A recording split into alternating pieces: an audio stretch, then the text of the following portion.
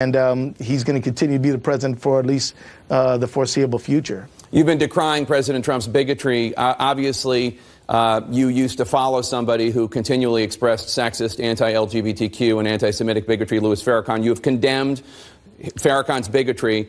But I would disagree with that. I would disagree with that, sir. But I'm sorry. What are you disagreeing with? That comes up in this context. Well, you're decrying bigotry, and Louis Farrakhan is a pretty clear bigot. Right, and I agree that that's true, and I think that I've made myself very clear. But look, that's going back to the false equivalency. You know, I don't have any support for what the individual you just mentioned stands for, nor do I agree with Trump's bigotry either.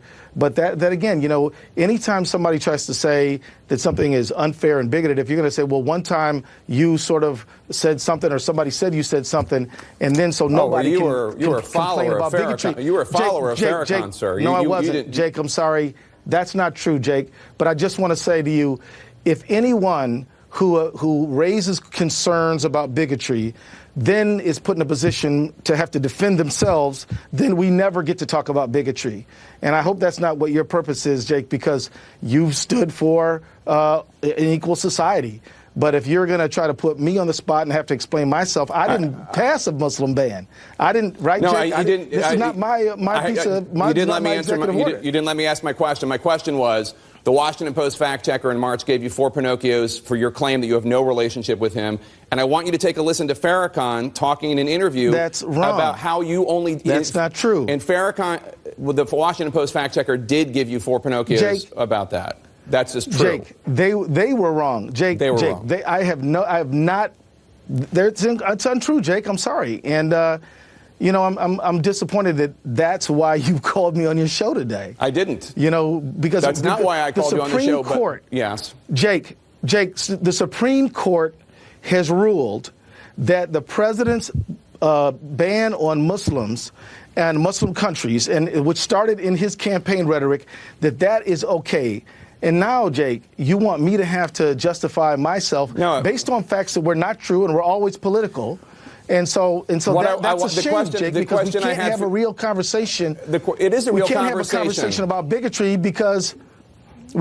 conversation about bigotry because you're going to say, well, what about you? Did you ever in any way and anyone know or see anybody who was ever bigoted, and therefore you have no moral standing to claim to decry bigotry? Jake, that's just not true. I'm not saying that at all. And I'm sorry we're having this conversation. The question I had about Farrakhan, I came on here to talk about the Muslim ban. I understand that. The question I had for you. And now you're trying to put me on the spot. It's not fair. The question I had for you that I've been trying to ask is, Farrakhan said in 2016 you met with him in his hotel suite in Washington, D.C. That is a false. That did not happen. It did not happen. I have made that very clear. That is untrue. I don't know if he's lying or not. I can tell you, I was in no such meeting. I was in no such meeting. I've made that clear. You know that, Jake. I have denied this because it's not true. But here I am on your show having to talk about this when the Supreme Court just upheld what the president said was a Muslim ban from the very beginning.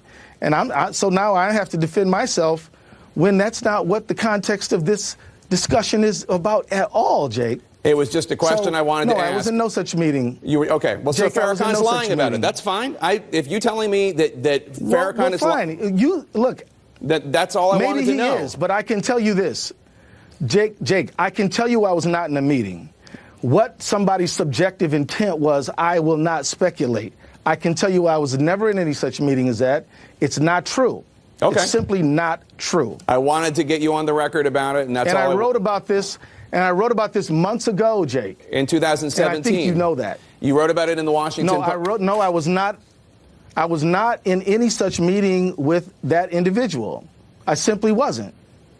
Okay. And you say lying? I don't know. I mean, I wasn't in the meeting. I can tell you that. He says that you and Congressman Carson met with him in the suite in his when he came to visit. You're saying it's not true. I will take you at your word. I certainly believe you more than I believe Louis Farrakhan. Okay.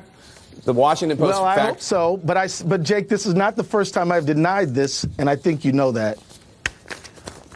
Congressman, it was just a question. You were talking quite a bit about the bigotry, in your view, of President Trump, the bigotry, in your view, of this travel ban. I thought it was worth asking about somebody, a bigot, with whom you used to associate, though you have distanced yourself and condemned him since. Jake, I worked on the Million Man March, and I was proud to do so. That's it. All right, Congressman. Thank you for your time. I appreciate it.